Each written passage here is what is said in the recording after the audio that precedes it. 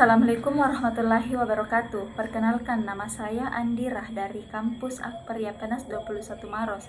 Di video ini saya akan menjelaskan tugas video yang telah diberikan oleh dosen saya, Ibu Sakriawati, MS, ST, MKes, materi tentang persalinan normal dan sesar.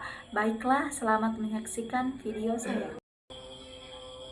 Tujuan melahirkan normal maupun SC memiliki tujuan utama yang sama, yakni membuat persalinan berjalan lancar serta memastikan ibu dan bayi selamat.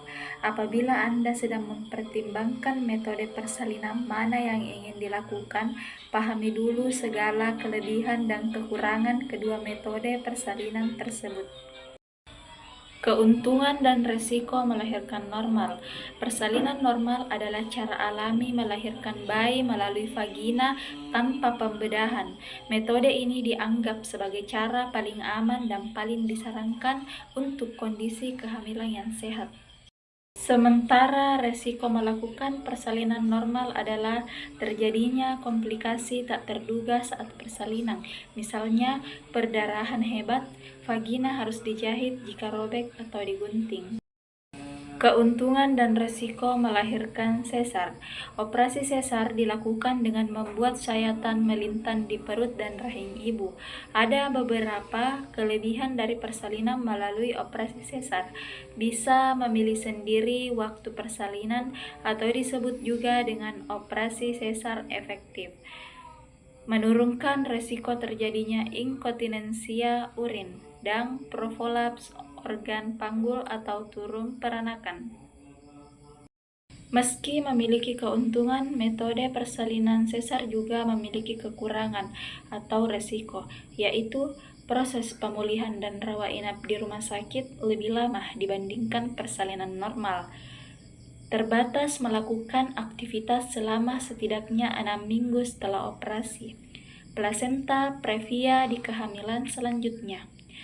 Biasanya operasi ini ditempuh karena persalinan normal beresiko membahayakan keselamatan ibu dan bayi.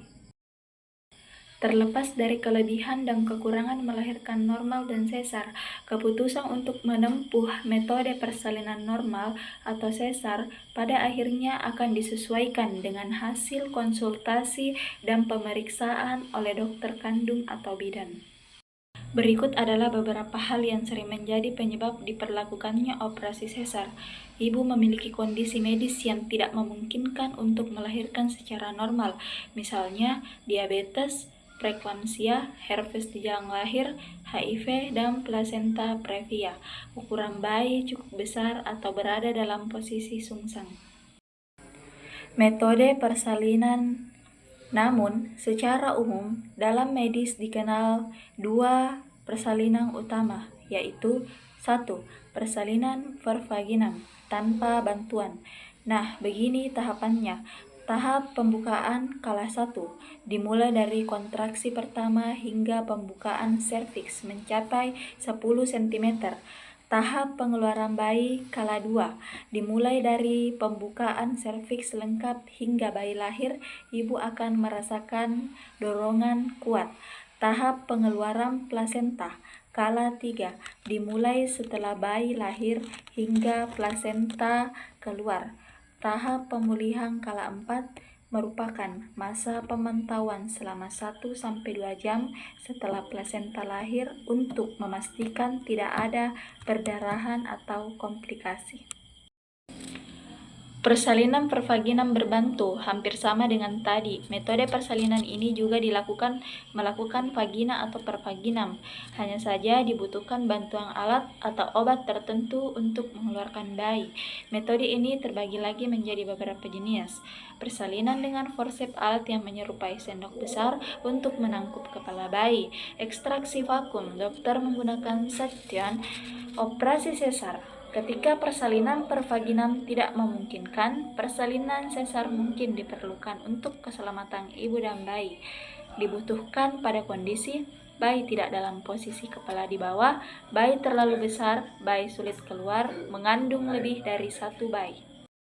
Dokter atau bidan akan melakukan pemeriksaan kehamilan serta memantau kondisi ibu dan janin hingga usia kehamilan cukup bulan, kemudian menentukan langkah persalinan yang terbaik.